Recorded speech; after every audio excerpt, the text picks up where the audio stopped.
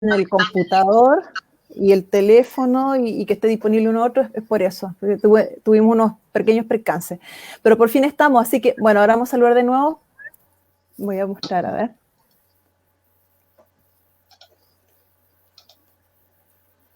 Ya, yo voy a estar un ratito solamente con ustedes. Hola, buenas noches, amigos. Es un gusto estar con ustedes. Estamos en este momento, soy Marcela Ruz, coordinadora de Acción Republicana Antofagasta. Estamos hoy día en la sección de diálogos republicanos con bueno, estamos primero con el dueño de casa, Alejandro Fuentealba, y estamos con una gran invitada que es Marcela Aranda. Ella es asesora parlamentaria, representa al Observatorio Legislativo Cristiano. Para hacer, bueno, esto en traducción, ella está muy pendiente de las leyes que se están legislando o haciendo presentación en el Congreso, y es de las personas que trata de ser un poco de sal y luz para nuestros parlamentarios cuando están votando por leyes que son, sobre todo, que van contra principios de familia y de libertad y de la infancia y varios más. Así que los dejo para que conversen. Yo voy a estar siguiendo la transmisión desde atrás. Chao, chiquillos, nos vemos. Gracias, Marcela. Chao. Nos vemos, que esté bien. Marcela, muy buenas tardes, ¿cómo está usted? Muy bien, ¿y tú cómo estás? Un gusto. Bien, bien, el gusto es mío.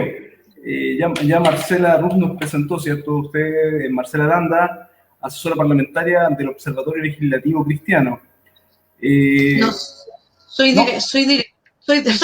porque soy directora del observatorio y además soy asesor parlamentario. Perfecto, perfecto. Son cosas distintas. Muchas gracias por la aclaración. Marcela, mira, uno de los temas con los cuales íbamos a conversar, conversando el día de hoy, es respecto de esta activación o de este nuevo intento que están gestionando ciertos sectores políticos de nuestro país por reactivar este concepto que conocemos coloquialmente como la ley Mordaza. Nosotros, ¿cierto?, tenemos claro que esta ley atenta directamente contra muchos principios básicos que nosotros tenemos dentro de un Estado democrático, partiendo de la base de lo que señala el artículo 19, número 6 de la Constitución Política de Chile, en el cual, cierto, se dice que la libertad de conciencia, la manifestación de todas las creencias y el ejercicio libre de todos los cultos que no se opongan a la moral, a las buenas costumbres o al orden público es lícito y es un derecho fundamental de cada una de las personas. Frente a esto, nosotros podemos sentir, ¿cierto?, y podemos evaluar que esta ley o este intento de legislar, ¿cierto?, apunta a una presión psicológica, apunta, ¿cierto?, a que las personas puedan autocensurarse frente al miedo, ¿cierto?, del eventual ejercicio de una acción legal en contra de estas personas que busquen expresar o manifestar una idea que está siendo censurada por algún grupo. Acá en Chile, principalmente, nosotros estamos siendo arrinconados con lo que es la idea del negacionismo. En Chile estamos dejando en este sistema que los políticos básicamente decidan qué es lo correcto y qué es lo bueno, y que ellos nos digan qué es lo que nosotros podemos pensar, donde esto se convierte, ¿cierto?, en un retroceso al sistema democrático que realmente deberíamos tener en nuestro país, porque nosotros como ciudadanos somos quienes debemos decirle al político qué es lo que está correcto. Respecto a eso, ¿cuál es la visión que ustedes tienen como observatorio?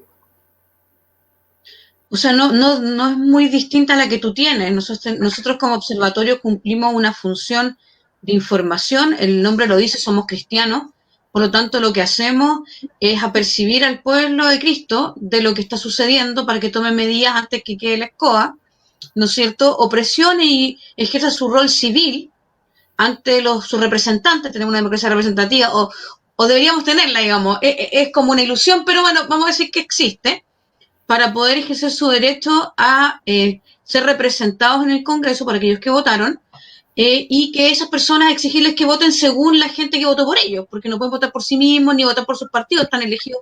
Por eso separación, o debería haber, vuelvo a decir que es una ilusión, pero por eso hay separación de los poderes del Estado.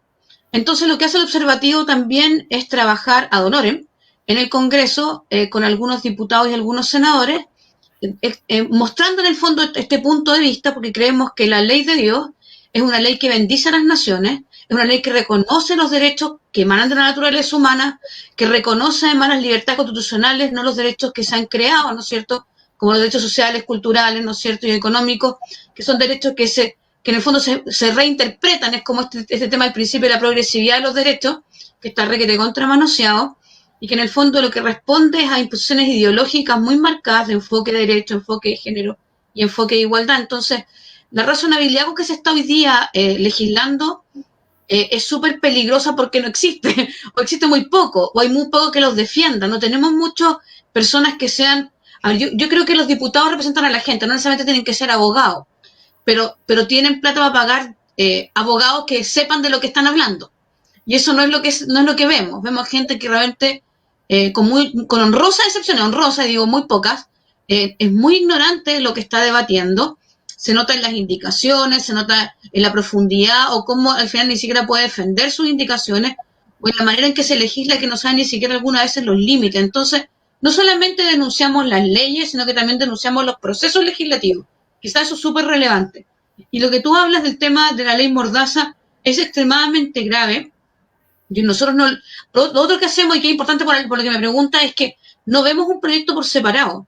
Nosotros damos una integralidad que uno esperaría que lo diera la SECPRES, que es la Secretaría General de la Presidencia, que trabaja en el Congreso, como un enlace entre el Ministerio, entre ¿cómo se llama?, el Congreso, que porque son colegisladores con el gobierno de turno, con el Ejecutivo. Entonces, pero eso no lo vemos solamente un trabajo muy sectario de comisiones, casi como rindiendo más bien un tema técnico, que una visión general y global de cómo cada proyecto en el fondo se va configurando como un peldaño para agregarle a otro proyecto. Un proyecto da un título, otro proyecto da un concepto, otro proyecto amplía, ¿no es cierto?, o deja más abierto determinados temas. Y en el tema de la familia, de la infancia, de la protección de la vida, del derecho preferente de los padres, y hoy día gravemente, no lo habíamos visto, como lo estamos viendo hoy día, de nuestros derechos civiles, es súper grave. Y este proyecto atenta contra eso, contra la libertad de expresión, la libertad de conciencia. Nosotros le pusimos un título coloquial para que la gente lo entienda. Esto lo que está sancionando son delitos de pensamiento. Eso es lo que está haciendo. Son los llamados delitos de pensamiento, de intención, porque además te van a juzgar sobre la intención, por ejemplo, de odiar. Yo no sé cómo van a tabular el odio. ¿No? Así como cuando usted se enoje más de 5 niveles medidos, no sé, por los gritos que emita, entonces va a estar odiando porque usted pone los ojos más rojos, grita más feo, porque lo odia más gente, tiene menos popularidad. No sé realmente cómo lo van a hacer. De hecho, los expertos que fueron a la comisión dijeron, este es un objeto, ¿no es cierto?, que no es definible, es extremadamente subjetivo. Es súper subjetivo. No es cuantificable. Entonces, pero sin embargo se tipificó. Y se tipificó subjetivamente porque alguien tiene que interpretar estos nuevos conceptos, ¿no es cierto?, como la discriminación sin arbitrariedad y sin justificación razonable, como la igualdad. Igualdad, cuando tú igualas dos cosas, estás hablando también inmediatamente de las desigualdades que existen. Tiene que haber un igualador. ¿Y ese igualador quién va a ser? ¿El Estado? Cuando tú hablas de discriminación, hablas de una moral que tú estás imponiendo, una ética respecto de lo que te parece bueno y malo. Pero el Estado no puede tomar esa acción porque la moral personal tiene que ver con la conciencia, con la fe, con un montón de conceptos que tienen que ver con la integralidad del hombre. Entonces, los delitos de pensamiento son la típica imposición de gobiernos totalitarios. Y aquí estamos ejerciendo y estamos poniendo un sustento de un gobierno totalitario a través de votaciones democráticas. No sé si te suena como a Venezuela, pero a mí me suena muy a Venezuela. O me suena muy a otro, no sé, pues al nacionalsocialismo, ¿no es cierto? O el socialismo de Hitler, ¿cachai o no? Que asumió con voto popular después de un levantamiento que se quemó el parlamento alemán. Entonces después, todos asustados, le otorgaron una serie de ¿cómo se llama?, de atribuciones de autoría, y terminamos con él matando a los que le habían otorgado esas atribuciones y tomando el poder como todos lo conocemos. Entonces, que los procesos se den, no todo, hoy día en la mañana hablábamos con alguien y decíamos, no todo lo legal es justo. No todo lo que se legisla es justo. Y el problema es que los justos, uno esperaría que no hay ciertos márgenes en que la gente se puede equivocar en los países y que los legisladores se pueden equivocar, pero no te puedes alejar de lo empírico, del sentido común, porque si no se vuelve peligroso. Y esos son los gobiernos totalitarios, son como sectas, yo creo, porque en el fondo estás abducido por ley. Y la gente que está pendiente del coronavirus, del bono, no sé qué, no se está dando cuenta que en 3 años más, si se vota a favor de la Constitución, recién vamos a tener una modificación. Pero mientras tanto nos están pasando la aplanadora y la moledora en el Congreso. Hoy día se votó la ESI, se votó el artículo 1 completo, y de terror las votaciones. O sea, de verdad, si pensábamos que en algún momento alguien nos dijo, Veloria nos decía, no, si esto no es educación sexual integral, bueno, ahora el título dice educación sexual en afectividad y género. Así que tenemos clarísimo que ideología de género. Cuando se votó el tema del derecho preferente de los padres, todos votaron en contra, y después, porque una cosa es establecer, porque votaron una indicación a favor, que tiene que ver con el reconocimiento del artículo 19.10. Sin embargo, no es lo mismo que resguardar, respetar y garantizar el derecho de preferente de los padres, como lo debería hacer el Estado. Entonces, si tú no conoces las sutilezas de esos cambios, que pareciera que fueran una cosa y no otra, es súper complejo que la ciudadanía además lo entienda, porque si los mismos asesores, los mismos diputados les cuesta, imagínate la ciudadanía que no tiene por qué entender los procesos y qué significa una cosa u otra, un trámite u otro. Así que dentro de la labor que me toca realizar, y que para nosotros con mi esposo es un ministerio, tenemos un ministerio cristiano que se llama Gobierno y Fe, es un ministerio, nosotros somos misioneros. Entonces, no hacemos esto ni por dinero, hacemos esto por el Señor, y obviamente es una lucha bien ardua. Hoy día, mira, voy a contar algo, nada que ver con esto, pero va a ser lo coloquial. O sea, me acabo de luchar, ¿cachai? Antes de entrar al programa, porque en todo el día y ayer no me logré parar del asiento, porque estuvimos ahí me toca asesorar al diputado Sabaje, a otros diputados, y ha sido súper duro estar entre todas las cosas, ¿cómo se llama? Asesorando, armando documentos, porque la gente que está a favor de este tipo de ideología y de estos enfoques está súper bien organizada, lo tienen súper claro, porque además es como copiar y pegar de los modelos de otros países como se ha implementado. Ahora, como se está implementando... Como tú señalas esta idea de lo que es la ley Mordaza, o sea, viene calcado y copiado de otros sistemas. Nosotros en estos momentos podemos ver que el mismo sistema legislativo se aplica en Argentina, y justamente sobre lo mismo, sobre negacionismo, lo tienes también presente en Alemania respecto del holocausto judío. Entonces vemos que esto obedece dentro de un esquema. Vemos que, como tú dices, son leyes preparatorias que van preparando el camino para otro tipo de conceptos legales. O sea, hace un momento tú mencionabas respecto de quién determina entonces la moral, quién determina tu fuero interno. Porque nosotros, ¿cierto? Como señalamos hace un momento, el artículo 19, número 6 de la Constitución, te garantiza en este punto, la Constitución que tenemos, ¿cierto?, la libertad de conciencia. Entonces, esto se asemeja bastante cuando se habla de que con un cambio de Constitución se busca el cambio a un Estado protector y garantista. Un Estado protector, ¿cierto?, que tenga como principal misión el bien común. Y ahí nos acercamos peligrosamente también a poder determinar quién define lo que es el bien común.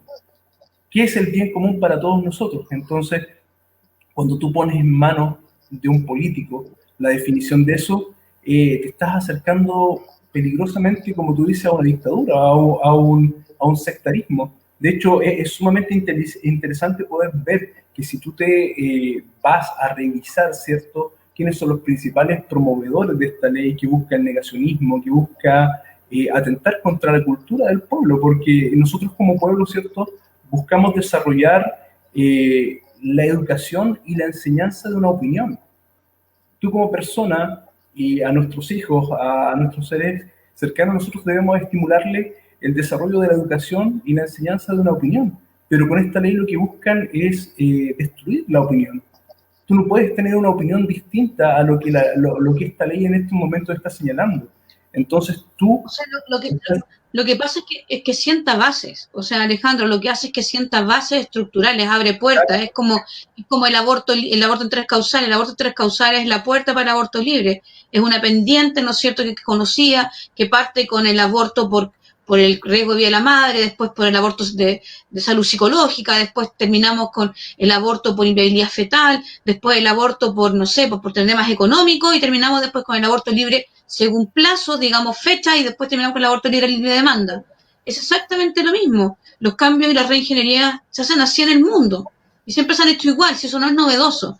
A mí lo que me impacta es que aquellos que deberían, o que uno esperaría, digamos, por lo que profesan, ¿no es cierto?, estar puestos de cabeza en este tipo de proyectos, porque da lo mismo. O sea, al final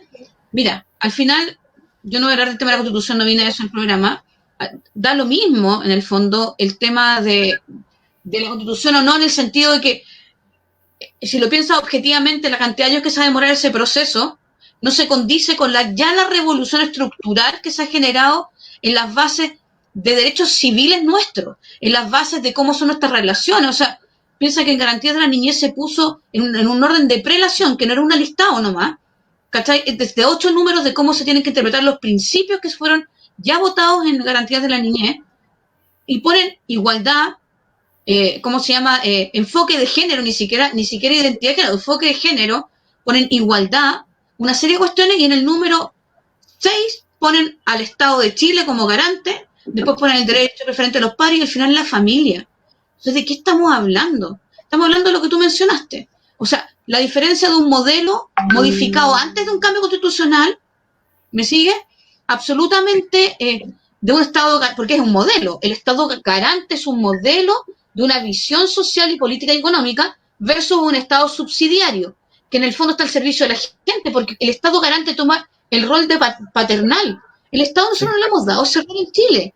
El Estado el Estado es un órgano, entre comillas, debería ser neutral, pero no lo es, que administra nuestras platas primero, para usarlas bien, invertirlas cuando corresponde, que administra una serie de temáticas organizacionales, que regula, que propone, según supuestamente el bien común de nosotros, ¿cachai o no? Pero ese bien común siempre se definió y tenía algunos límites, que eran muy pocos, porque si no vulneraba al ser humano, que eran, no sé, lo que tú mencionaste, el orden público, la seguridad, el bien nacional, ¿cachai o no? Los temas que tienen que ver con seguridad nacional, internacional, son cuestiones muy generales que en el fondo nos afectan a todos, pero meterse debajo de mi piel, cruzar el límite de mi piel, ya ni siquiera el de mi casa, porque los de educación quieren pasar el límite de mi casa para decirme cómo educar a mi hijo, pero pasar el límite de mi piel para decir lo que yo tengo que creer o no creer, pensar o no pensar, eso sí que es impresentable. O sea, es que creo que la gente entiende. Ahí te puedes dar cuenta tú qué tipo de mentalidad es la que está detrás de estos cambios, porque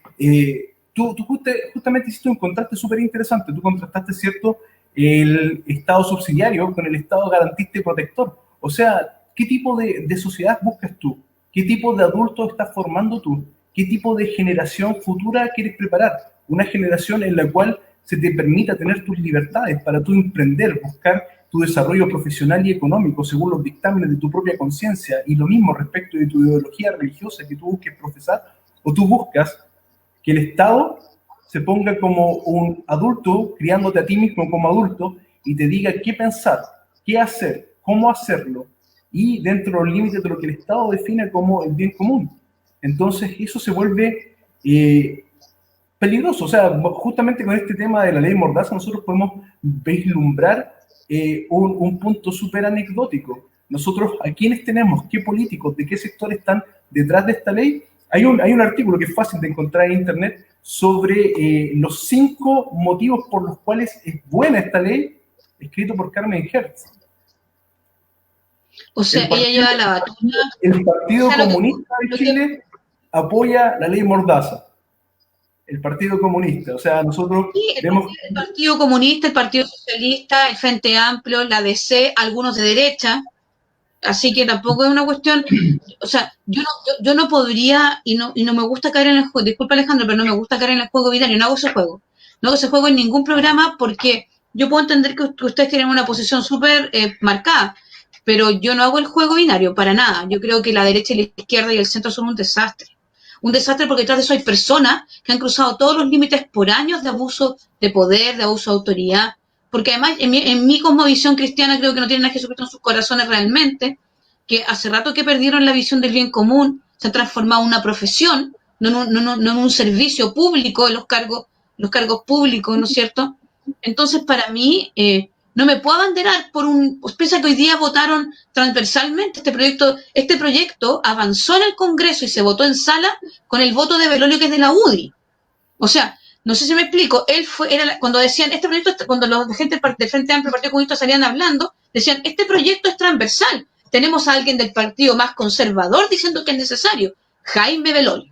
Entonces, el estar en un partido político no es garantía para mí de nada.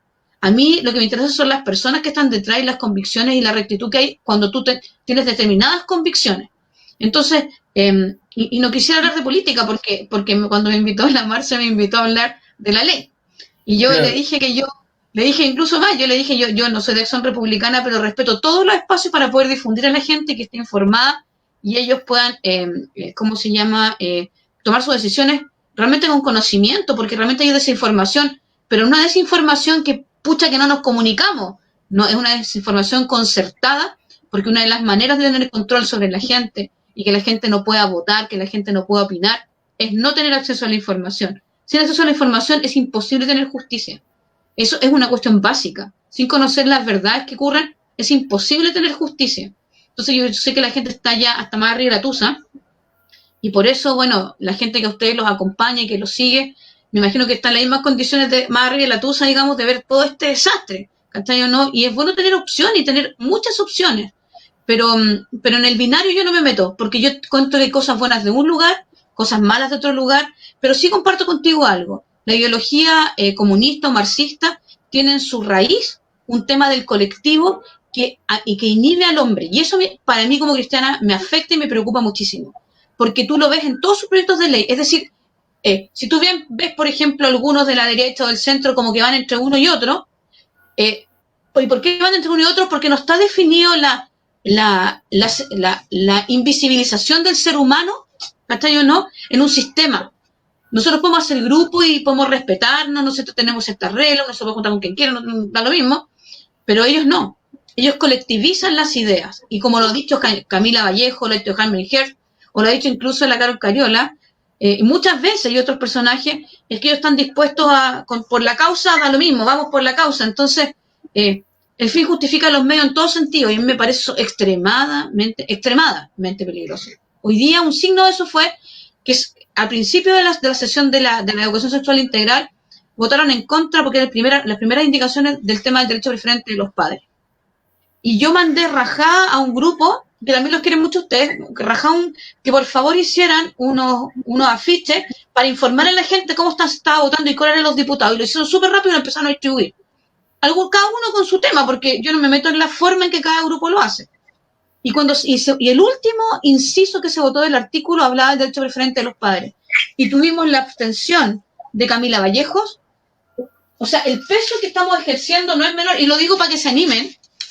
Se abstuvo Camila Vallejos, se abstuvo la Camila Rojas y se abstuvo Vinter. Porque cacharon que nos estábamos comiendo por las redes, ¿cachai o no? Algunos de los afiches eran bastante poco reales respecto al proyecto. Se hablaban de pedofilia y otras cuestiones. Yo no me puedo ser responsable de lo que cada persona quiere decir, pero digamos que los asustaron mucho. ¿Y sabes qué ganamos? En redes sociales vi algunos en algún momento que decían que la ESI era pedofilia gratis y de calidad para todos. A ese nivel hay algunas opiniones fuertes en el contexto. Bueno, mira, yo no sé si tú has visto en la tele, o sea, porque yo voy a hacer un videito un rato más sobre este programa de Netflix, ¿no es cierto? No sé si se llama Cuties, no sé, yo soy muy de inglés, pero es como... Sí, tuvo harta difusión en redes sociales. Esta niña entre 11 y 12 años, miré los trailers. O sea, no sé si puedo hablar de todo tipo de cosas aquí, pero yo soy muy cruda a veces para decir las cosas. Okay, la escena principal es una niñita en una posición de una striptease, ¿no es cierto? Con las piernas, una niñita de 11 años, con las dos piernas abiertas, agachadas, que en el fondo te está ofreciendo genitalmente a alguien. Y disculpen que lo diga así, pero esa es la acción. Otra niñita con el traste hacia atrás, así, yo no sé si han visto el tráiler, pero en el tráiler es el deleite de un pedófilo.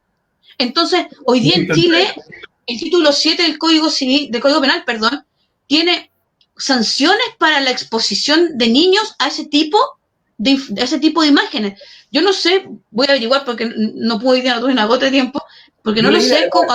El resumen o la reseña de la película justamente habla de eso, de una niña de 11 años que se mete en un grupo de baile y que busca rebelarse en contra de su familia religiosa. O sea, exacto. En contra de todo principio. Pero además, o sea, aparte de generar un conflicto irreal entre padres e hijos, porque además tú entenderás que esto es un adoctrinamiento de Netflix. O sea, Netflix es quiebre esquema y vamos avanzando de etapa por etapa con la reingeniería social. O sea, las ventanas de Overton, tú agarras un programa de Netflix, lo miras así como histórico, y cachai cómo va haciendo y construyendo, más bien desconstruyendo, ¿no es cierto?, toda estructura que nosotros conocemos y además que debe ser respetada. Nosotros tenemos identidad cultural como chilenos, somos bien variados, pero tenemos identidad cultural, tenemos tradiciones, que tiene que ver con muchas cosas, con los símbolos patrios, con los lugares, con la manera de hablar. Tenemos una cultura y el Estado debería encargarse, porque además lo tiene establecido la Constitución, de fortalecer esos lazos culturales, etcétera. Muy por el contrario, se han desvanecido. Piensa en la inmigración, más allá si estamos de acuerdo o no. Produce. De hecho, justamente a ese punto yo iba dirigiéndome hace un rato. Lo que tú dices tiene mucha relación con lo que comenzamos conversando en este programa, porque la idea de implantar una ley que te coarta tu opinión, que te limita en los dictámenes de tu propia conciencia, destruye justamente la esencia de la cultura de un pueblo. Nosotros como chilenos, tú bien lo señalaste, somos un pueblo diverso, tenemos diferentes aristas, tenemos diferentes inclinaciones culturales dentro del mismo país que somos Chile, pero en el momento en que a ti te limitan la posibilidad de tú generar tus propias opiniones, de desarrollar tu propia forma de analizar las cosas mediante una ley que te niega el que tú expreses opiniones respecto de determinado hecho, te están impidiendo el realizar la historia de tu propio pueblo, te están impidiendo analizar y crear cultura dentro de tu propio país. O sea, no vamos a poder hacer historia en Chile porque va a ser una incitación al odio. No vamos a poder hacer historia en Chile porque vamos a estar generando una discriminación arbitraria. Entonces, es ahí el riesgo de esta situación, es ahí el riesgo de enfrentarnos a este tipo de leyes, que nosotros vamos a ir perdiendo la capacidad, so pena de una multa, so pena de cárcel, mediante lo que un legislador, un político, nos va a decir que es correcto opinar, que es correcto decir, que es correcto enseñar, en el caso de la ESI, dentro de mi propio hogar. ¿Cuáles son los límites que yo tengo para poder gobernar mi familia?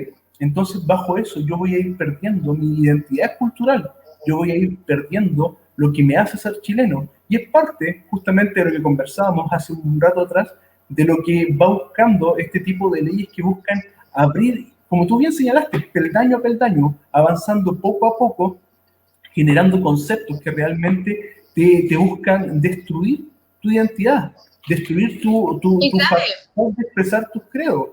Entonces... O sea, Alejandro, es re grave, y quisiera contarte algo que me pasó este año. Junto con mi esposo fuimos a la OEA. Tuvo un foro que hace cada ciertos años. La OEA tiene sede en Chile, la sede estratégica está en el mismo lugar donde están las Naciones Unidas, que es en Vitacura, en Santiago. Y nos tocó ir a un foro internacional donde venían de todo el mundo, ¿no es cierto?, a participar. Y había un foro feminista. De verdad que nos sacaron casi a puñete, literal, tuvimos que hacer incluso una denuncia, y por eso logramos meter una declaración en la OEA, en la CEPAL, pero fue súper duro. Fueron muy violentos. Y dentro de ese foro en que estuvimos, donde nos quisieron, bueno, definitivamente nos sacaron, que era abierto, pero al final nos sacaron con mucha discriminación arbitraria. En un momento nos llamó la atención que, o sea, tú lo sabes muy bien, la gente que te escucha también, la gente que está informándose también, una de las maneras de consolidar el globalismo es que un orden global, mundial, requiere de un lenguaje común. Tenemos el internet y tenemos requiere de una fe común, o un ateísmo común, o un agnosticismo, o una espiritualidad común. Y eso ya se está creando. La religión del partido. No, y más que el partido, yo creo que es la religión, porque las religiones lo están haciendo al revés, no lo están haciendo desde adentro hacia afuera, lo hacen desde afuera hacia adentro. Generan un cambio semántico y significado de las cosas, ¿no es cierto? Ponen una presión sobre determinados temas morales, y al final la gente termina escribiendo moralmente una escala valórica, y después le puedes meter a eso el nombre que se te ocurra para decir que él no odió. Y por otro lado, tienes que romper las identidades nacionales.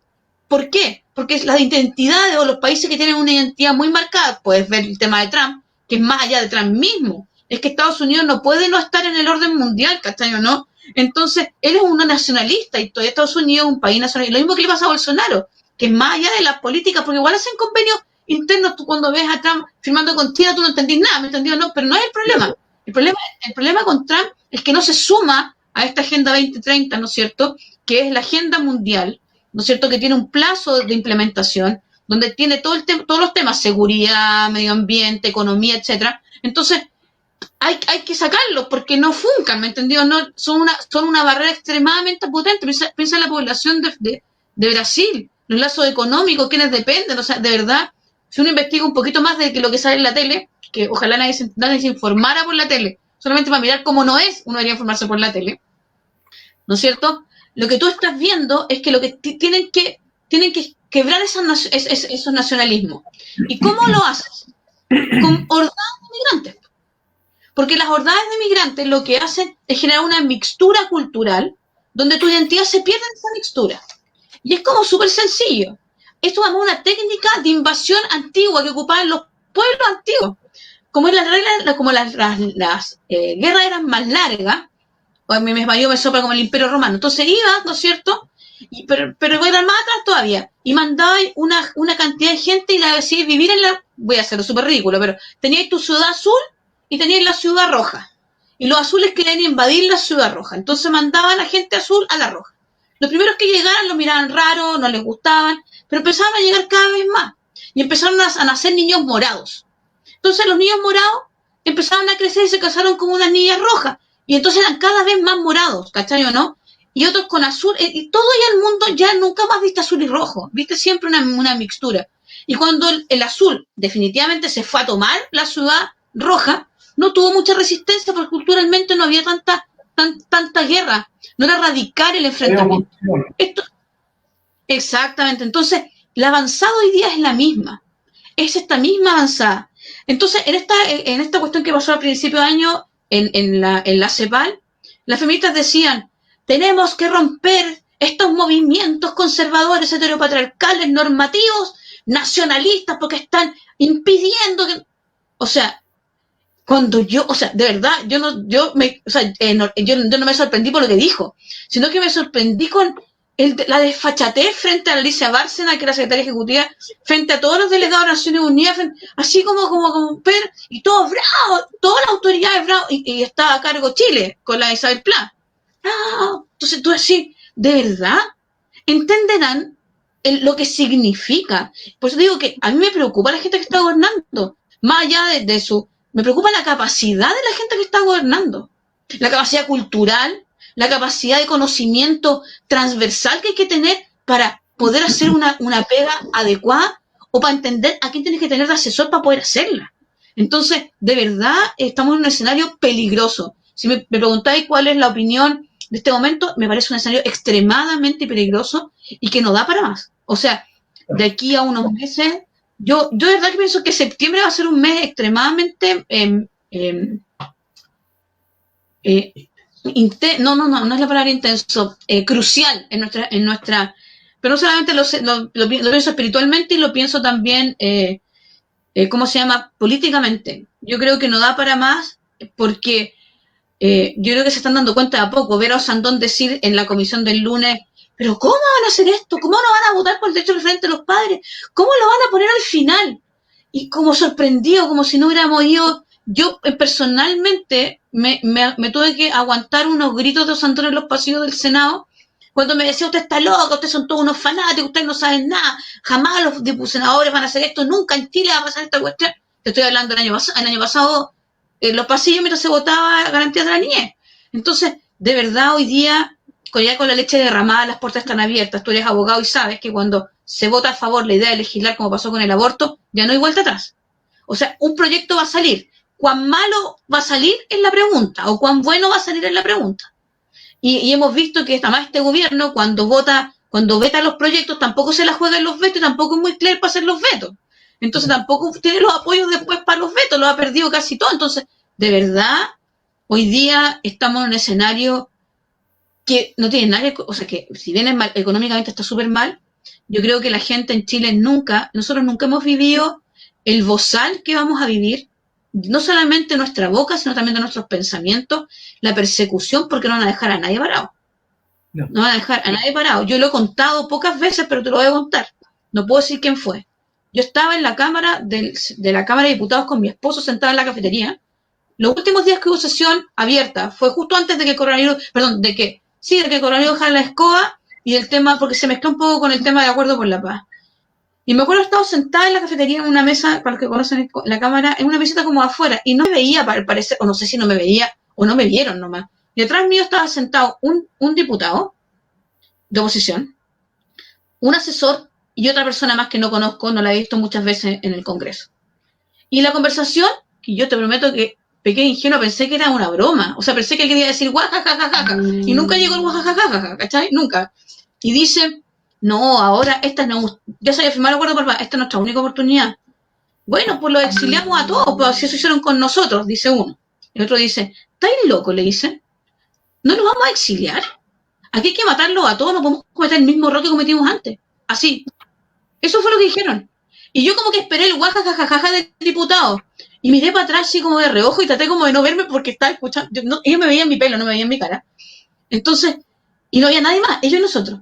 Y asintió, sí. O sea, sí. O sea, y después la conversación se puso como oscura, ¿entendió? ¿No? De hecho, yo me paré y le dije, amor, por favor, sácate una fotito, así como, pero no hicimos nada de eso porque somos súper cuidadosos. Pero nos fuimos y yo me quedé con una sensación, lo he comentado pocas veces, pero de eso estamos hablando. Si la gente cree que lo del sur de la Araucanía, porque no lo viven porque están en Santiago, en el norte, es una cuestión sencilla, la gente está sufriendo mucho. La gente está viviendo bajo un narcoterrorismo terrible, más allá sí que hay que reivindicaciones reales, que hay que... Pero no es eso lo que se está discutiendo, se está usando, como en todos estos temas, se usan a la gente que tiene trastornos del mismo sexo, se usa a la gente que tiene disforia de género, se usa a la gente, a las madres vulneradas que angustiadas creen que la única salida es abortar, se usa el discurso de las personas quebrantadas, se usan a los niños del Sename para cobrar millonadas de plata en las bocas. O sea, todo el sistema requiere justificaciones de casuísticas muy graves, pero al final nadie pelea por ellos en realidad. Entonces, es complejo. Si quieren solucionar el problema de la Araucanía y de las tierras, intervénganla con nadie, porque si alguien con un poquito, porque o sea, es Vox Populi, cómo se cuetean, intervengan bienes nacionales, pues. Porque el día que tenga fuero parlamentario yo voy a decir todo lo que sé. Me parece correcto. Bueno, una de las cosas también que hay que ver, uno de los medios, uno de los canales también que se busca es incentivar la sociabilidad para con los extranjeros y los migrantes.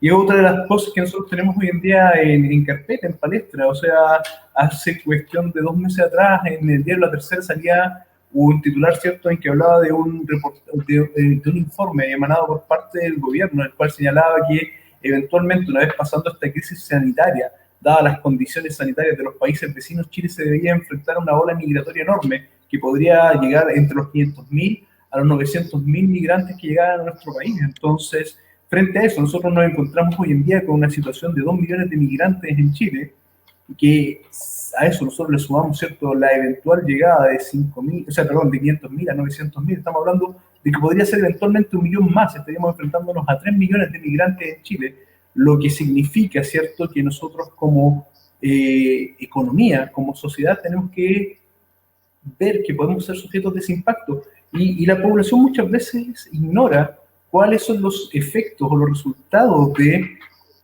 la anterior ola migratoria que sufrió Chile. O sea, hablando por lo claro, nosotros nos enfrentamos a problemas económicos directamente, aparte de los problemas sociales que nosotros estuvimos conversando hace un rato respecto del impacto cultural, de lo que algunos autores llaman una invasión pasiva o una invasión silenciosa dentro de lo que ha sufrido Chile al ser infiltrado por diferentes grupos étnicos o diferentes países. Y nosotros también nos enfrentamos a un perjuicio de la sociedad chilena en el ámbito económico. O sea, el ingreso masivo de mano de obra dispuesta a trabajar por salarios menores al canon implica que para los chilenos el promedio de salario, el promedio de sueldo va a disminuir, y que fue justamente el efecto de la llegada de migrantes en el gobierno anterior al actual. Entonces, a ver, Chile... cuando tú tienes el ingreso de una cantidad grande de mano de obra que está dispuesta a trabajar bajo el sueldo actual, tú empujas hacia abajo la barrera salarial en el país. O sea, todos comenzamos a ganar menos. Los que llegan de afuera vienen a ganar menos, y los que estamos dentro comenzamos a ganar menos porque se encuentra demasiada mano de obra disponible en nuestro país dispuesta a trabajar.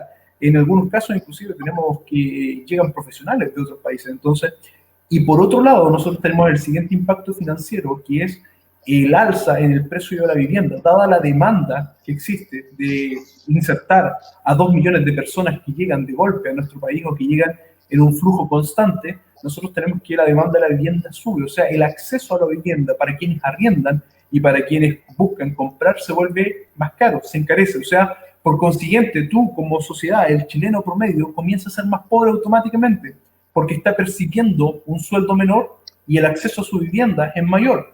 Entonces, el momento en que nosotros nos abanderamos por la solidaridad con el extranjero, tenemos que partir de la base de un adagio sumamente común. La solidaridad parte por casa. Al momento que tú ingresas de golpe a un grupo de migrantes sustancialmente grande, tú estás haciendo un peso para el Estado, porque el Estado viene a subvencionar muchos de las demandas sociales que traen estos extranjeros, y aparte de eso tú vienes a hacer una carga social para el chileno porque le vienes a dañar y le vienes a impactar su economía.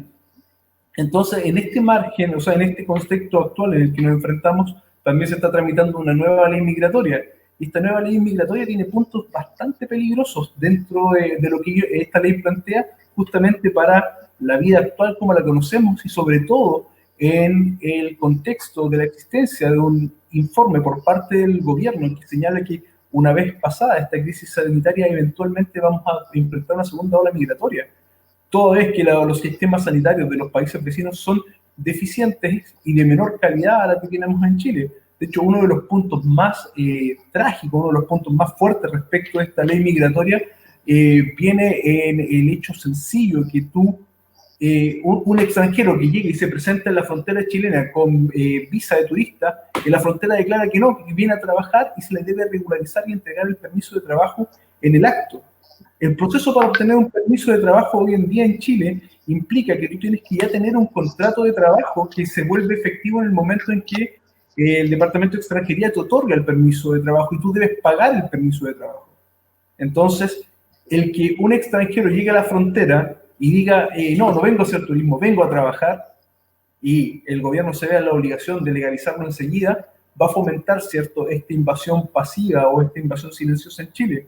Otro de los puntos sumamente discutibles en este proyecto de ley es el hecho que se busca, ¿cierto?, que sea prohibido, que no se le faculte al Estado a expulsar a niños menores de edad. Nosotros, de buena a primera, nos puede sonar bastante terrible, oye, ¿cómo van a expulsar a niños menores de edad? Pero nosotros estamos claros que en el contexto delictual, en nuestro propio país, nosotros tenemos muchos menores de edad delincuentes, y muchos de los menores de edad que vienen de otros países, tenemos cierto antecedente de que en varios países se ocupan como sicarios los niños menores de edad justamente por la condición de inimputabilidad que ellos tienen. Entonces, coartar la posibilidad del Estado de definir quién puede entrar y quién no puede entrar al país se vuelve un arma sumamente peligrosa, porque podemos llegar nuevamente a saturar el sistema penal y permitiendo el ingreso indiscriminado de delincuentes a nuestro país. Aparte, ¿cierto?, de eso, otra de las observaciones que nosotros tenemos sumamente delicada es el hecho de que esta ley busca la regularización automática de cualquier extranjero que se encuentre en situación irregular en Chile después de 2 años. O sea, en estos momentos, el que tú ingreses a Chile por un paso no habilitado se considera un ingreso clandestino, el cual es un delito cuya pena va asociada a la expulsión del país. Tú eres expulsado de Chile si haces un ingreso clandestino al país. Ahora, ¿qué es lo que buscaría esta ley? Que si tú haces ingreso clandestino y no te descubren, no te pillan durante 2 años, eres legalizado en Chile automáticamente. Entonces, todo este tipo de impacto económico para las familias chilenas es la cara que no te muestran cuando te venden la idea solidaria con el extranjero. El hecho de que tú en estos momentos te estés enfrentando, ¿cierto?, a un desempleo mayor, a que tú veas situaciones interesantes. Por ejemplo, ¿quién se ha abanderado mucho por esta causa? El Servicio Jesuita Migrante. Y dentro de lo que es el contexto de la pandemia, nosotros veíamos una fotografía el otro día de Santiago y una cola de haitianos fuera del consulado haitiano, y abajo aparecía la leyenda, ¿y ahora dónde está el Servicio Jesuita Migrante? Cuando los haitianos quieren volver a su país. Entonces, hay un descontrol enorme dentro de lo que es el proceso migratorio. Hay un negocio enorme. Yo me acuerdo que me tocó trabajar por el tema de los campamentos de la Quinta Región. Conocí personas muy preciosas de los campamentos. De hecho, la Quinta Región tenía la zona de mayor campamento a nivel nacional. y tenía situaciones bien complejas porque además no había territorio, no tenía identidad, así que trabajé con ellos mucho. Y también tengo gente muy querida ahí, que recuerdo con cariño. Pero me acuerdo que, por ejemplo, ¿cómo se llama esta cuestión del... ¿cómo se llama el servicio migrante que era una EGIS? Estos que son voluntarios, que andan siempre con el tema que construyen las casas, que supuestamente todo el mundo quedó con la idea de que construyan casas, pero no construyen casas. Un techo para Chile. Un techo para Chile que ahora se llama Techo para Chile. Yo me leí los estatutos y la son una EGI, la EGI ganan mucha plata con la pobreza de los campamentos. Entonces, ¿y quién está detrás? Los jesuitas. ¿Y quiénes son los jesuitas? Yo podría contar historias de mi infancia con los jesuitas en temas políticos. Cuando firmamos la primera declaración de los derechos humanos en Chile, yo estaba ahí. Y ellos fueron los que nos llevaron y que tuvieron, bueno, un día te lo voy a contar, pero hoy día no es el caso. Estaba a punto de tomarme, oye, disculpen, estaba a punto de tomarme mi lechecita, le hago promoción a Colún, no, porque no comió nada, no comió nada en todo el día. Así que, mira, el tema de los migrantes a mí me parece, comparto contigo, no todo lo que dices, pero me parece un análisis interesante, pero algunas cosas que tienen que ver, me gusta hablar como para la señora de la casa. Cuando uno administra una casa y tenía un sueldo, y lo he dicho acá también, cuando uno tiene un sueldo, no te podís, por mucho que uno quiera a las personas que están, a los vecinos, uno tiene una responsabilidad con su hijo. Y los chilenos somos los hijos. Y tenemos que aprender nosotros algo que aprenden que los americanos tienen bien incorporado y también los europeos, el tema de los impuestos. Cuando usted va a comprar pan, hoy día en tiempos de pandemia valoramos más el peso. Entonces, cuando usted va a comprar pan o a cualquier cosa y le sale 1.000 pesos, 200 pesos de eso, es decir, si usted quiere comprar 5 veces 1.000 pesos a la semana, se puede comprar gratis el pan el día sábado si usted no pagar impuestos. Cuando usted paga impuestos, esos impuestos van derechito al Estado. Y el Estado los tiene que administrar. Y eso lo tiene que administrar y usted se los paga para que administre cosas que tienen que ver con el bien común. La salud, ¿no es cierto? La construcción de carreteras, que ahora la lícita, la construcción de carreteras, ¿no es cierto? La construcción de edificios, la construcción de casas para las personas más pobres, porque tenemos un Estado que igual subsidia hartas cuestiones. Con lo que viene la concentración llegamos al límite impresionante, porque terminamos subsidiando, ¿no es cierto? La gente no quiere progresar porque es mejor vivir de los subsidios. No el mundo, pero una gran parte se acostumbró a este sistema. De hecho, es una manera muy, de una visión política muy marcada, ¿no es cierto?, de mantener a la gente siempre, ¿no es cierto?, en las votaciones. Y cito los campamentos. Cuando me tocó ir a los campamentos, que yo trabajé en el primer gobierno de Piñera en una gobernación, da lo mismo en donde, ellos me decían, ¿sabe cuántas veces nos han venido a decir que elijamos nuestras casas? Como 6 veces. Cada vez que eligen senadores, diputados, hemos elegido hasta las cortinas de nuestras casas, señora Marcela, me decía. Y nunca nos han construido nada. Porque tener a la gente siempre en un estado de latencia de que va a llegar, en el fondo también tienes un voto en estado de latencia de que voten por ti porque tú se los vas a dar. Son votantes cautivos. Entonces, esa no es y la asistencialista de control es súper compleja. Resulta que hoy día no es que no queramos a los inmigrantes. La canción, no me acuerdo, los Guachos Quincheros, creo que era esa, que siempre recibimos al amigo cuando es forastero, ¿no es cierto? Los chilenos siempre fuimos conocidos por ser súper receptivos y buena gente con las personas que vienen de afuera. Pero resulta que no estamos hablando de aceptar al que viene de una nación que está en problemas, no estamos hablando que lo hacemos, tenemos política de refugio, pero no podemos pasar por arriba de aquellos que son los que debemos cuidar y que nos han delegado la responsabilidad del cuidado interno. Por lo tanto, esas personas están haciendo mal su pega, porque están además vulnerándonos a nosotros que le hemos delegado una función, una especie como de autoridad de que administre como en la casa las cosas de todos nosotros. Entonces no es un tema de racismo, ni de clasismo, ni de que no los queremos porque resulta que nos roban los empleos. Es que hay una cantidad limitada de empleo en los países, en cualquier país. No somos un país industrial que tenemos fábricas de cosas, más bien exportamos muchas cuestiones, ¿no es cierto? Importamos muchas cosas, pero no tenemos industria. Hace mucho tiempo que la industria grande y enorme, esa versión de Chile, hay pequeñas, pues tenemos las pequeñas, habla mucho de la pequeña industria. Tenemos más bien temas turismo, hay otras cosas. Entonces, no tenemos empleos para tirar a la chuña. Y tenemos que asegurarnos que las camadas de gente que sale a trabajar después de tener sus títulos técnicos, profesionales, o salir del colegio a buscar trabajo, ¿no es cierto? Primero los chilenos, porque sus padres, de los que salen mayores de 18 años, sus padres han impuesto en Chile para mejorar las calles. A mí me da una tristeza enorme Por dos razones, ver la... un alcance, Sí, un segundos, para terminar. No, solamente terminar. Lo que tú mismo estabas señalando, también uno de los puntos de la ley en estos momentos que se está tratando es justamente la obligación del Estado chileno de entregar educación universitaria gratuita a los migrantes. Ya no solo a los chilenos. Esta ley viene a poner al Estado chileno en la condición de ser obligado a entregar educación universitaria gratuita a los migrantes también. Entonces, eso se condice bastante con lo que tú me estabas diciendo. O sea, primero primero por casa. O sea, ojalá todos tuviéramos educación gratuita, ojalá todos tuviéramos casa propia, ojalá todos. O sea, Chile llegó al nivel de empezar a generar subsidios habitacionales para la clase media. Eso es un avance, porque nosotros superamos los niveles de pobreza extrema, no es que se desaparecieron, pero están en porcentajes de 1 dígito y menos de 5. O sea, muy bajos porcentajes. Después de esta crisis, nosotros, y no estoy hablando de la crisis del coronavirus, estoy hablando después de la crisis del supuesto levantamiento social, quedamos pésimos. En marzo empezamos a ver las consecuencias, no del coronavirus. Marzo, abril empezamos a ver las consecuencias, y en mayo fueron consecuencias del despelote que quedó antes. Entonces ahora recién estamos empezando a mirar las consecuencias de la suma de ambas cosas. O sea, no hubiera pillado en otra parada, esto hubiera sido otro cuento. Pero lo que tú estás diciendo es muy cierto. Es decir, ojalá todos tuviéramos de todo. Pero ahora ya no, si tú tienes que improvisar en tu casa cuando te bajan el sueldo, ¿no es cierto? Ya no te compráis, no tengo idea, no te alcanza ni para jamón, pero no te compráis la leche, la Coluna no la marca, no te compráis leche Colún, compráis leche purita en polvo, no tengo idea, ¿me entendí? Porque tenéis que dar leche. Por tanto, tenéis que cubrir necesidades básicas. O sea, todos aquellos beneficios que habíamos logrado para que la clase media pudiera obtener cosas, etcétera, los vamos a empezar a perder. Porque obviamente el Estado tiene que cubrir a aquellos que son más pobres y que no tienen cómo salir adelante.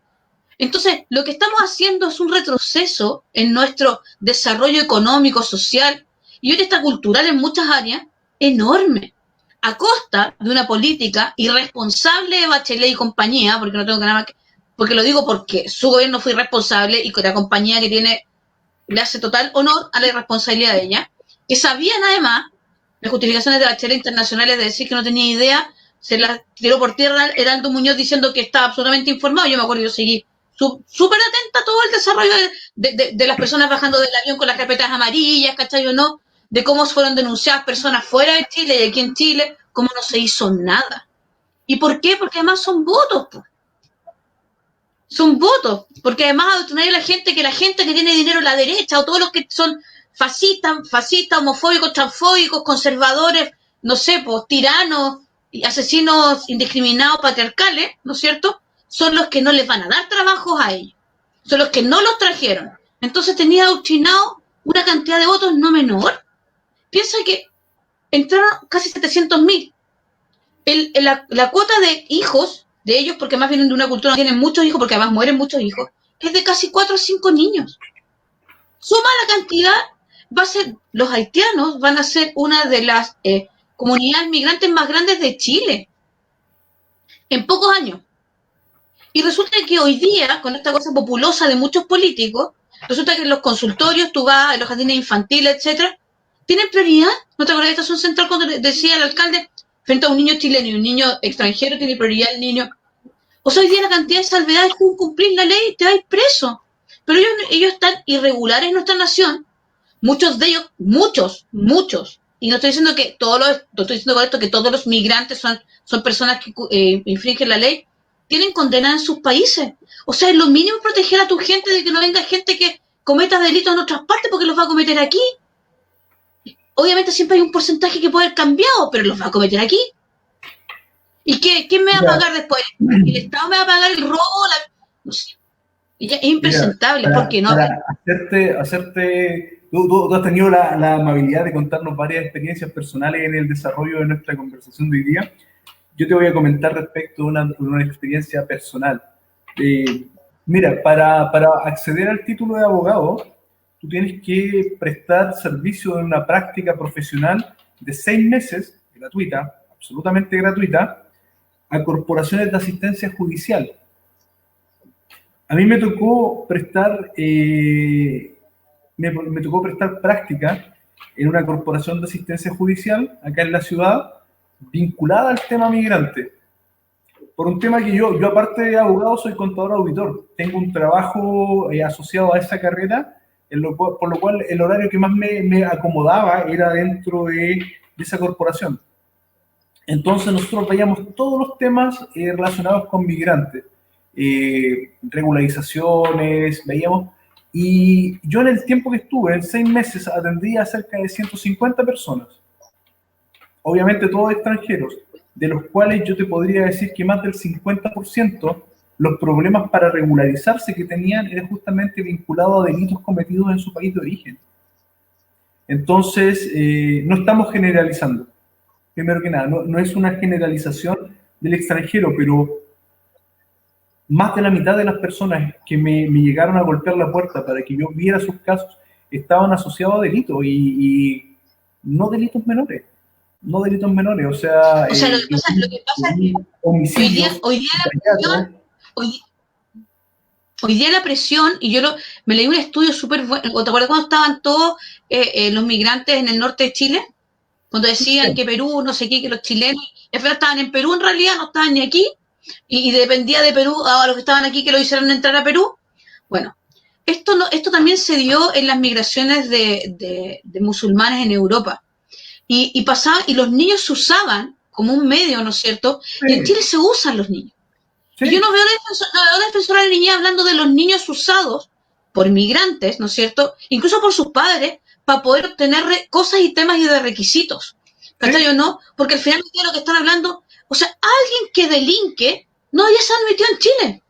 No, a menos que fuera una cuestión. Estamos absolutamente de acuerdo, y te insisto, o sea, no es un tema del cual yo te pueda hablar desde la vista de datos estadísticos, o que te pueda hablar desde lo que me contaron. Es un tema que yo vislumbré, yo trabajé a diario durante 6 meses con migrantes, de los cuales yo te digo, por un tema que yo tenía que presentar un informe una vez terminado, tengo todas las fichas, tengo todos los expedientes, y tú encuentras delitos, te insisto, de homicidio, de sicariato, violaciones, de hecho el más, o sea, yo tuve un caso, pero que la persona me dijo, no, si yo no tengo ningún problema, y al ingresar los registros que nosotros teníamos el caso de un abuso sexual agravado por imposibilidad de la víctima a poner resistencia con resultado de muerte. Y ahí no hay ningún filtro. Y si tú me estás diciendo que nos vamos a enfrentar a una ley migratoria nueva que dice que cualquier extranjero se puede regularizar en Chile habiendo pasado 2 años aquí en Chile, esa persona con esos antecedentes intelectuales, por el hecho de haber vivido 2 años en Chile, aunque fuera de forma irregular, va a quedar regularizado, va a poder vivir legalmente en Chile. Y ahí no hubo ningún filtro, ahí no hubo ninguna selección de quién entraba a nuestro país. O sea, tú te das cuenta de la gravedad del delito de una persona que abusó sexualmente de alguien y la mató. O sea, a mí me gustaría mucho que los senadores y los diputados de su bolsillo, y también los políticos que están a favor de estas cosas, de su bolsillo, desembolsaran el dinero, porque mira, hay una realidad súper dramática. Más allá, porque a ver, usar a un niño es un tema. Ahora el tema es que ese niño está sufriendo, y eso es una realidad. El nivel de hacinamiento de la migración que se generó irresponsablemente, no por el gobierno y el Estado de Chile, por Michelle Bachelet y compañía, ¿no es cierto? Porque nos fuimos todos, estábamos todos espantados, hubo denuncias que no sé dónde, a qué llegaron, todo el mundo denunciaba por todos los medios, nadie hacía nada porque ellos son omnipotentes, entonces nadie los puede tocar, más los convenios que tenían, que los tratados internacionales, que los derechos humanos, que no sé qué. Al final, esos derechos fueron vulnerados porque hay niños sufriendo, familias sufriendo. Por lo tanto, tiene que haber alguna manera de regularizar. Pero yo no creo que sea justo para ningún chileno, incluso para los migrantes, que existan personas con condenas en otras partes o aquí en Chile, que puedan regularizar sin límites. Es un suicidio social. Es una irresponsabilidad sin nombre. Me gustaría que los tuvieran en sus casas. A esos que nosotros objetamos que los hagan vivir en sus casas. Porque es re fácil, ¿no es cierto?, que los manden a cualquier lado para que hagan cualquier cosa en cualquier lado. Estoy hablando de aquellos que tienen delitos o que tienen irregularidades. Ahora, los que están, ¿no es cierto?, y que entraron de manera irregular, es un pésimo antecedente. Es decir, sáltate la ley y después te arreglamos. Bueno, un poco como Celestino Córdoba, ¿no es cierto? Siempre hay una manera de meter la cuchufleta, ¿me entendido o no? Y hablar de la misticidad. Bueno, saquen a todos los pastores que están presos en el sur en Biobío por haber predicado el evangelio, que además es un derecho constitucional internacional y nacional. por haber predicado el evangelio, porque no había restricción para que ellos predicaran. Y ya están presos con prisión preventiva. También son agentes que requieren las otras personas de mi fe, ¿no es cierto?, y de mi pueblo, para que ellos puedan predicar el evangelio. ¿Por qué tendría que haber una discriminación arbitraria? Entonces el ministro Larraín está incumpliendo la ley de discriminación arbitraria, la ley Zamudio, que hoy día está vigente en Chile.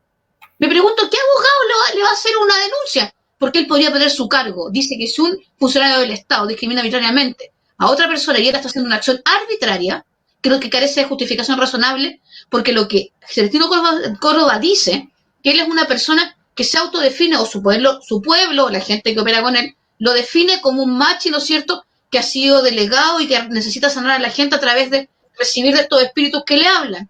Bueno, entonces estamos al mismo nivel de cualquier persona que quiera decir lo que quiera de sí mismo, como se invistió de un poder ancestral. O sea, no, y seamos claros, o sea, por ejemplo, Celestino Córdoba no es reconocido por toda la comunidad mapuche. O sea, hay que hacer el ejercicio sumamente sencillo, que el principal abanderado que tienen de defensa, que es la CONADI, del cual tú también hablaste hace un tiempo atrás, si tú buscas el RUT de Celestino Córdoba para sacar el certificado de ascendencia indígena de la CONADI de él, no existe. Celestino Córdoba no Eso me contaba ayer. Eso me contaban ayer. No tiene certificado de CONADI. No está acreditado como mapuche. Entonces ahí tú te empiezas a dar cuenta en el escenario en que estamos. O sea, como tú dices, cualquier persona se puede atribuir poderes ancestrales, delegados de una divinidad o delegados de quien gusten, pero ni siquiera tiene la acreditación para representar a ese pueblo.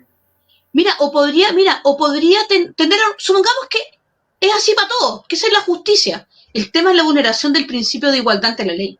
Y eso es grave. Sí. Cuando tú vulneras, o sea, la vulneración del principio de igualdad ante la ley, aunque no sabemos que no se cumple en general, pero por lo menos debe estar resguardado. Porque entonces, ¿quién decide cuándo se cumple y no? Porque los jueces, donde yo entiendo, los jueces deben aplicar la ley, no la pueden andar interpretando, tienen que aplicarla. ¿Cómo es el dicho que dice cuando dice que para todos es igual, nadie sufre, ¿no es cierto? Entonces yo me pregunto, yo no estoy cuestionando, estoy diciendo que si él se autodefine, no estoy cuestionando su autodefinición, no quiero entrar en eso porque también los pastores cristianos y muchos de otras religiones se definen de maneras muy diversas de cómo representan a su fe o a sus culturas. No estoy hablando de eso. Lo que estoy diciendo es que él se define. Por lo tanto, si él se define y a él lo liberaron y tiene un trato especial porque él se define así, ¿no es cierto? O su pueblo, la gente que lo rodea se lo define así. Entonces, todas las personas que se definen así tienen el mismo derecho a exigir las mismas garantías y las mismas excepcionalidades que está exigiendo él. Si no, lo que se está cometiendo es una discriminación arbitraria grave por religión, por ideología o por lo que sea, y vulnerando el derecho de libertad ante la ley. O sea, el derecho de igualdad ante la ley. Y eso sí que es grave. O sea, y también tener sumamente en claro que estamos hablando de una persona que ya es condenada. Él está condenado. Exacto. Por los delitos de homicidio de 2 personas mayores en el sur de Chile. Él está condenado. Los recursos que trató de interponer ya fueron fallados. El recurso inclusive que se intentó poner la semana pasada fue negado por el Poder Judicial. Entonces, estamos justamente haciendo una discriminación. Claro, porque si tú me dijeras que está preso, porque son presos o sea, si tú me dijeras que está preso y que está ahí metido hace 5 años, bueno, ya no importa, 1 año, y que todavía no falla en los tribunales, y que eso es una injusticia porque requiere un proceso justo, yo podría decir, sí, hay un error de los tribunales, tiene que ser juzgado. ¿Me entendió o no? Porque no puede estar eternamente penal. Pero está condenado y su condena está ratificada por dos veces. O sea, él apeló a todas las instancias y fue condenado. Entonces, lo que estamos viendo es que está gobernando la violencia. No es que creemos que está gobernando. O sea, yo mato más gente, pongo más gente en nivel de terror, ¿no es cierto?, ciudadano. Entonces el gobierno tiene que hacer lo que tenga que hacer, ¿no es cierto?, y tiene que concedérmelo todo. ¿Qué es lo que está indicando eso? ¿Cuál es el mensaje a los jóvenes? ¿Cuál es el mensaje a los padres? ¿Cuál es el mensaje? Me tomo la justicia en mis manos y después me tendrán que arreglarla. Es como Chile cambió. Me acuerdo una vez que fui a la feria y una señora me dice, le pregunto, porque es la feria del estero Marga de Viña. Entonces tiene unas subidas complicadas y estaban remodelando. Entonces estaba todo cambiado. Entonces le pregunto a una señora, le digo, ¿cuál es la salida? Le digo yo, porque parece que me dijeron que era para allá. Me diga, no se preocupe, salga por allá nomás, si en Chile ya todo cambió. Entonces yo me quedé pensando, no me pasó una vez, me pasó en muchas cosas, pero eso me quedó muy grabada. Y yo decía, que Chile haya cambiado significa que ahora hacemos lo que queremos, como queremos, y nos da lo mismo cualquier cosa, y no respeto a nadie. Un poco eso fue lo que pasó en octubre. En octubre en adelante, más allá de las demandas legítimas o no legítimas, más allá si es levantamiento social o es un levantamiento disipado, ¿cachai? No nuclear disipado y todo lo que podemos, la verdad es que lo que produjo fue un daño a nuestra nación. Cuando tú no respetas la autoridad que tú mismo has impuesto o las reglas del juego, no tienes la cancha rayada, entonces cualquiera puede hacer cualquier cosa. Y eso a la larga puede terminar en vulneraciones graves y en un peligro social que yo creo que Chile no ha visto nunca. No he visto nunca, porque además se van a resguardar en la democracia. Así partieron muchos gobiernos totalitarios, y por eso tampoco quieren que aprendamos historia, porque es cuestión de leer un poco nomás y darse cuenta que esto es copiar y pegar. Eso, Alejandro. Muchas gracias. Bueno, mira, una consulta que no puedo dejar de hacerte, y de hecho ya hemos abordado un poco el tema de forma superficial, pero me gustaría conocer tu opinión al respecto. Es qué o cuáles piensas tú que son tus mayores preocupaciones, tus mayores miedos, si podemos llamarlo así, respecto de aprobarse la ley del ESI. En tu fuero personal o en tu opinión, ¿cuál es la situación más grave que tú ves o que te preocupa a ti personalmente, cómo eso afectaría al desarrollo de nuestra sociedad? Me gustaría conocer tu opinión al respecto. Gracias, Alejandro. Mira, lo primero que me parece que es grave es que todos estos proyectos, todos, incluida la ESI, y ya se votó hoy día, tienen el tema del Estado garante. Es decir, un Estado que dice lo que yo he parafraseado por casi todos los lugares donde he podido hablar y que lo escuché al ¿cómo se llama? Presidente de, a ver, ¿dónde estaba? Estaba en República Dominicana, el presidente de República Dominicana, y también se lo escuché a Aldo Muñoz mientras aplaudía, que decía, los hijos no son de los padres, los hijos son ciudadanos, los ciudadanos son del Estado y el Estado formará a sus ciudadanos. Y cito un documento de universalización de la CEPAL que se llama Lineamientos de Universalización, calcula dónde está puesto, para universalizar al mundo, para hablar de la globalidad. Hay un capítulo que es de infancia, y dice que el enfoque de derechos, ¿no es cierto?, ha hecho que los niños no sean tratados como una cosa por su familia. Estoy parafraseando para que lo entendamos todo, porque es un poco más complejo el lenguaje. Y esto ha hecho, y por eso la autonomía parecía importante. Y esto ha hecho que el Estado, con este enfoque de derecho, que el Estado y no la familia, ¿no es cierto?, sea su garante último. Escucha lo que dice. Dice la familia, por no decir los padres, ¿cachai o no? Porque suena menos fuerte, nadie tendría una barrera de entrada mayor, pero después que tú ya estableces que es la familia, después estableces que son los que mandan la familia. Eso es lo primero que me preocupa de la ESI, que nuevamente se establece en una ley especial el tema del Estado garante. Ahora, ¿por qué también es relevante? Porque la identidad sexual, psicosexual de un niño, ¿no es cierto?, alterada, no solamente se altera el tema de lo que la gente a veces nos dice, ustedes son tan conservadores porque es una forma discriminatoria de tratarnos, arbitraria de tratarnos, sino que tampoco es un cartuchismo, tampoco es una cuestión así como, oh, qué feo el sexo, no tiene nada que ver con eso. Lo que pasa es que la sexualidad está asociada al igual que otras áreas de la vida humana, a procesos donde uno aprende a sublimar, a controlar impulsos, aprende además temas que tienen que ver con el amor, la sexualidad apartada del amor. La verdad es que nos convierte bastante en animales. Y aquí estoy hablando porque hay temas que tienen que ver con la plenitud de vivir la sexualidad de manera saludable. Entonces aquí entramos en el debate nuevamente, y esto me preocupa, de lo que es bueno y es malo. ¿Y quiénes están votando hoy día en el Congreso? Hoy tenemos dos jóvenes que jamás han tenido o sea, tenemos a Winter y tenemos a pero te digo el tiro porque siempre se me olvida, a Santana, que son de estos jóvenes Frente Amplio de los porcentajes del 1%, que no representan a nadie y además que tienen cero experiencia de vida para entender lo que es esto, y están enfermos de adoctrinados porque toda su vida han estado en las militancias, no sé si me explico. Cuando tú miras quién gobierna y quién emite su voto, no puedes separarlo de sus creencias, de su vida familiar, de su testimonio. Entonces es como que este proyecto de ley además lo que hace es vulnerar a nuestros hijos. Y siempre sale el tema de la pedofilia. Yo voy a decir algo que si bien este proyecto no lo menciona, porque me he cansado de decírselo a mucha gente, no menciona el tema de rebajar la edad de consentimiento sexual, este proyecto está basado en un pedófilo. La visión de la sexualidad en la infancia y del placer en la infancia como una manera, ¿no es cierto?, de generar una apertura, es el fundamento de Alfred Kinsey. Kinsey fue un pedófilo que fue denunciado post-mortem, ¿no es cierto?, en el Congreso de los Estados Unidos porque sus políticas psicológicas, sin ser psicólogo, era un zoólogo.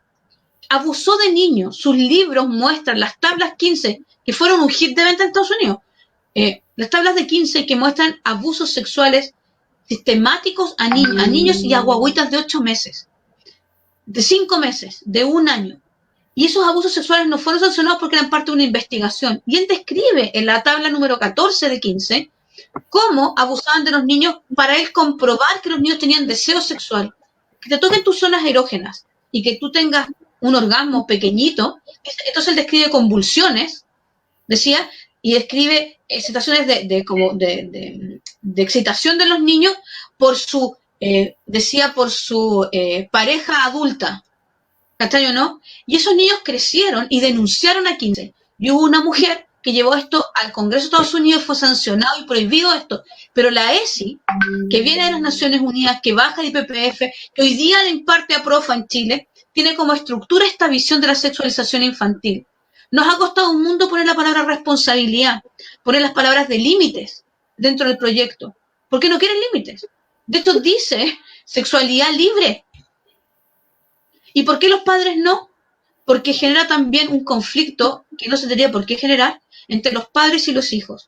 Quiero que entiendan que el derecho y deber preferente de los padres de educar a sus hijos es un derecho que se garantiza por la protección de los niños. No son derechos, los derechos de los niños están en contraposición con el derecho de deber preferente de los padres, porque se entiende que los padres son el mejor garante de los hijos. No hay nadie, ni el Estado ya comprobó que no puede con los niños del Sename, ¿para qué voy a repetir que los mató, los violó, los traficó, los abusó, los torturó, etcétera? O sea, el Estado con los pocos niños que tuvo a su cargo no fue capaz de hacer nada. Muy bien, nada. Ahí hay niños desaparecidos, niños que no saben dónde están. Por lo tanto, nuestros hijos han estado salvados. Siempre salen con que el tema de que los padres abusan a las niñas, no sé qué. Hay casos, pero no es un problema de que sean padres, es un problema que son pervertidos.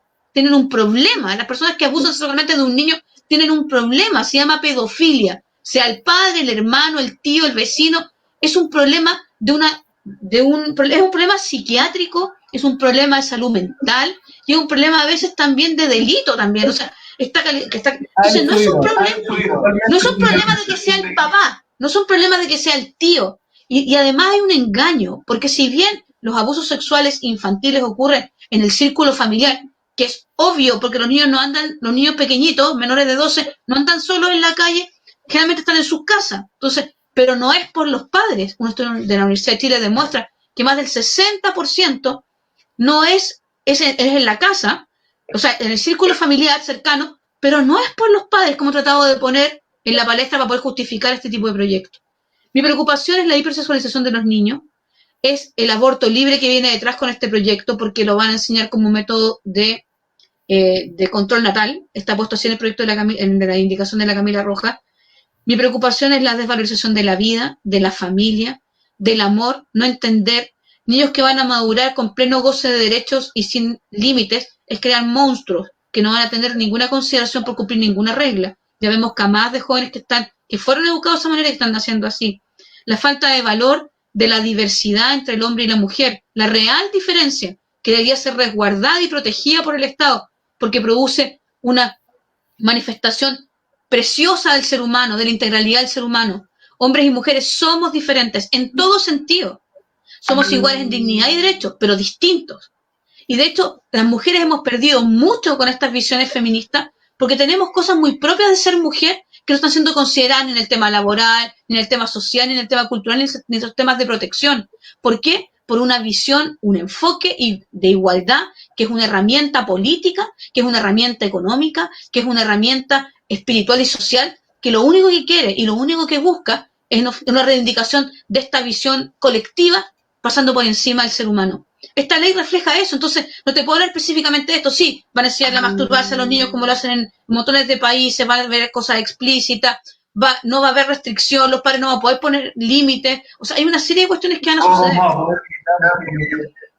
Exactamente, porque después te la pregunta y tu hijo va a llegar enfermo confundido, como ya pasa, porque hoy día no es que no haya educación sexual, sino que la están pasando colada. Todos estos movimientos que van a intervenir en los colegios, yo puedo testificar, yo misma de Recoleta, tengo hasta los videos, son terroríficos, en las clases de convivencia escolar. Entonces pasa como bullying, pero al final le meten ideología de género, enfoque de derecho y lo que quieras. Y además entrenamiento político de pasada, así como levántate, compañero. Entonces, claro. Es súper complejo. Es súper complejo. Es doloroso. Es doloroso más ver que... Yo comparto mucho el vínculo que tú haces de toda esta caída moral desde el punto de vista que yo también soy creyente. Yo también profeso una religión. Y mira, frente a lo mismo, a mí me quedó marcado mucho la opinión de un escritor ruso. Hay un escritor ruso que se llama Alexander Solzhenitsyn. Él dijo... Premio Nobel de Literatura. Exactamente. Él dijo que la incredulidad en Dios, degradar la conciencia humana de la divinidad, es lo que lleva a los hombres a despojarse de cualquier límite moral y a matarse entre ellos. Y finalmente la sentencia de repente más memorable de él dice, se han olvidado de Dios, por eso ha ocurrido todo esto. Entonces yo también comparto mucho la opinión de ti, o sea, disculpa, la opinión tuya, porque los valores, lo que tú le entregas a tus hijos, el respeto a sí mismos y el respeto a Dios, tú lo entregas en tu casa en la libertad de tu conciencia. Por consiguiente, y ahí vamos unificando un poco las ideas que hemos abordado durante esta noche, el que a ti te impidan, inclusive dentro del fuero de tu propio hogar, enseñar a tus hijos tu opinión, enseñar a tus hijos a desarrollar su propia opinión dentro de los dictámenes de su propia conciencia, a adorar a Dios como ellos estimen prudente y pertinente, a que el Estado les diga cómo realizar su vida sexual, atenta y destruye, degenera la moral y degenera la mente, la psiqui de la nueva generación. Y es por eso que es sumamente importante y valiosa el trabajo que tú haces, la opinión, por el motivo por el cual nosotros estamos conversando los dos y por qué me interesa escuchar las cosas que tú tienes para compartir con nosotros, es justamente porque tú estás realizando una cruzada muy importante. Tú estás defendiendo las causas correctas. Entonces, para mí ha resultado sumamente agradable escucharte, compartir tus ideas y poder ver qué es lo que tú tienes para expresar, porque estoy de acuerdo en gran manera con lo que hemos podido conversar durante esta noche y justamente una opinión a título muy personal, yo comparto también lo que se manifestó por Alexander Solzhenitsyn, a lo que nos estamos enfrentando justamente porque nos hemos olvidado de Dios, de que existe un poder superior y que nosotros... Sí, bueno, solo pedirte decir algo porque ya vamos a avanzar, no sé cuánto dura este programa, pero me imagino que estamos como en el límite de los tiempos. Estamos como en el límite. Entonces, solamente para cerrar, pedirte solamente, y quisiera decirlo porque siempre después se levantan voces diciendo eso no dice la ley, eso no lo dice. Mira, nosotros hace 7 años dijimos que esto iba a pasar tal como está pasando, porque miramos al extranjero, bueno, también porque creemos en la guía de Dios, el Espíritu Santo, por lo tanto también nos apercibió de cómo iba a ser, y éramos locos de patio, éramos esto nunca, o sea, éramos, de verdad, o sea, yo recibí de senadores así, tú eres una loca de patio, así, patio clínico, yo soy hija psiquiatra, entonces lo entiendo bien, los patios clínicos son donde están las personas que están encerradas desde siempre porque ya no tienen vuelta, o sea, no hay tratamiento, sino que las mantienen en el psiquiátrico, en clínica, no me estoy burlando, sino que estoy diciendo solamente que están en el límite, ya no hay vuelta de salud, medicamentos, no. Entonces, pero a mí me dijeron eso, yo no lo dije. Y de verdad que fue duro todos estos años intentar, primero porque había una lucha por el aborto y nadie quería meterse en el tema de ideología de género, no lo entendían bien. Después, cuando ya se aprobó el aborto, muchos grupos empezaron a participar en el tema de ideología de género, pero también había que entenderlo desde mucho más atrás. La ideología de género es una expresión solamente de otras columnas más grandes que tienen que ver con una visión global, ¿no es cierto? Una visión de reforma antropológica que es profunda. Entonces, no están encaminando algo. Entonces, claro, si bien es cierto, estos proyectos no hablan de masturbación, sino que hablan de autoconocimiento, si bien hablan de desarrollo progresivo y no dice autonomía progresiva, en toda la legislación comparada que uno investigue bien, pues no lo que uno ve que así ha sido la progresión en escala. Y en Chile no tenemos que interpretarlo, lo han dicho abiertamente la defensora de la niñez en videos con la Camila Rojas, presidenta de la Comisión de Educación. Lo estamos viendo empíricamente el lunes, cuando votó la Comisión del Senado de Niños, que habían dicho que iban a respetar el derecho preferente de los padres, pues no lo hicieron, y está terminando la votación. Cuando dijeron que esto no era ESI, que esto era educación en afectividad, y hoy día se vota educación sexual y género, entonces se vota en contra, hoy día se votó también en contra de la libertad de enseñanza. La subsecretaria de Educación Parvularia pidió y se metió en la conversación, porque es colegisladora, para pedir por favor que lo pusieran y que lo votaran a favor. Era relevante que se resguardaran los proyectos educativos y la diversidad. Si ustedes creen que solamente esto es por lo que van a enseñar, ni siquiera van a poder escoger los colegios confesionales, porque es para todos los colegios reconocidos por el Estado, van a tener que implementar esta ESI, no otra, porque no se están respetando los proyectos educativos ni la libertad de enseñanza, sino que va a tener que estar suscrita a los principios y objetivos que esta ley determina. Y esos objetivos, esos principios tienen enfoque de género, enfoque de derecho, enfoque de igualdad, entre otras cosas. Entonces es súper grave. Entonces te lo aclaro así, porque después me citan y me dicen, no, pero es que eso no dice la ley. Hay cosas que no dice, pero que son objetivamente lo mismo que estábamos diciendo hace años que no iba a pasar, porque sabemos que así va. Y porque además la fuente que nosotros tenemos no solamente es lo que está escrito. Recuerda que después vienen indicaciones en el Senado, sabemos cómo piensan los senadores, sabemos cómo van a votar, porque ya lo han hecho público. Conocemos también las declaraciones de cómo se votan otros proyectos, por tanto, esta visión integral nos da la autoridad para decir que así es.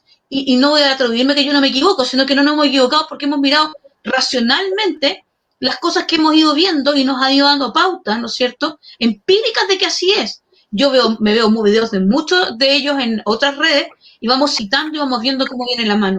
Lo mismo nos pasó con la Defensoría de la Niñez. Iban a ser defensores, porque los niños no tenían defensores, de hecho, en los tribunales de familia, y eran súper vulnerados, los asesores técnicos no alcanzaban el tiempo para leer todos los archivos y terminaban haciendo acuerdos y los niños eran vulnerados. Nunca fue eso. Nuevamente fue un ombudsman, ¿no es cierto?, una defensora que debería tener autonomía ideológica, eso es parte de sus requisitos, que tenemos clarísimo que no la tiene, ¿no es cierto?, que no considera a niños, y lo dijo abiertamente, salió en la Bio, salió en todos lados, no considera niños a los niños en el vientre de su madre. ¿Qué tipo de políticas públicas de protección a la maternidad y a los niños va a tener? Si incluso la convención, que está obligada por ley a cumplir, sitúa la protección de la madre, respetando el derecho del niño que está por nacer, no protege a la madre embarazada por ella, la convención, protege a la madre embarazada por el niño que está en su vientre, lo dice, ni siquiera hay que interpretarlo, lo dice claramente un artículo de la convención. Entonces, ellos pueden incumplir lo que se les ocurra, porque ellos son como los caballos, y tienen una idea fija y van para allá. Y tienen que imponer su doctrina colectiva como de lugar, bueno, lo dice en su estatuto. Es porque siguen una ideología y están adoctrinados. ¿Es eso? ¿Cómo? Es porque siguen una ideología y están adoctrinados. Y es lo que buscan replicar, buscan adoctrinar la nueva generación. Todos tenemos una ideología. Y lo que nosotros estamos peleando hoy día, todos tenemos una ideología, pero ¿cuál es el problema de ellos? Que es una ideología totalitaria, es una ideología de pensamiento único. Y esas ideologías son peligrosas porque han llevado a naciones completas y han llegado al mundo a guerras mundiales y a naciones completas a tiranías, destrucción, muerte, asesinato, tortura, prisión y exterminio.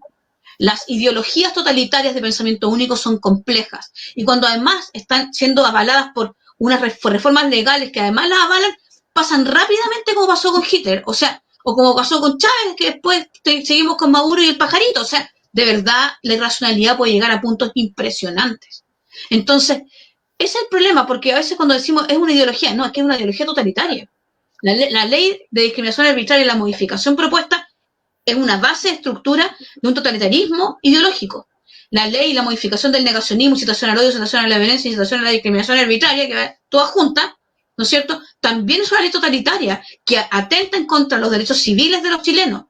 La otra ley, ¿no es cierto?, de la ESI, también atenta contra el derecho preferente de los padres, por tanto vulnera la seguridad de nuestros hijos, la indemnidad de nuestros hijos, porque el Estado no los va a resguardar, no porque lo digamos nosotros, porque ya lo tenemos empíricamente en 5 informes del Sename, incluida la PDI, los jueces y los diputados, que tampoco lo hacen muy bien, así que, pero si lo informaron, un informe que a mí la UNICEF, para mí es como lo mismo, pero hasta la UNICEF los denunció, ¿Me entendió, no? Entonces, ¿de qué estamos hablando? Entonces, seamos cuidadosos porque las ideologías, todos tenemos una postura, nadie es neutral.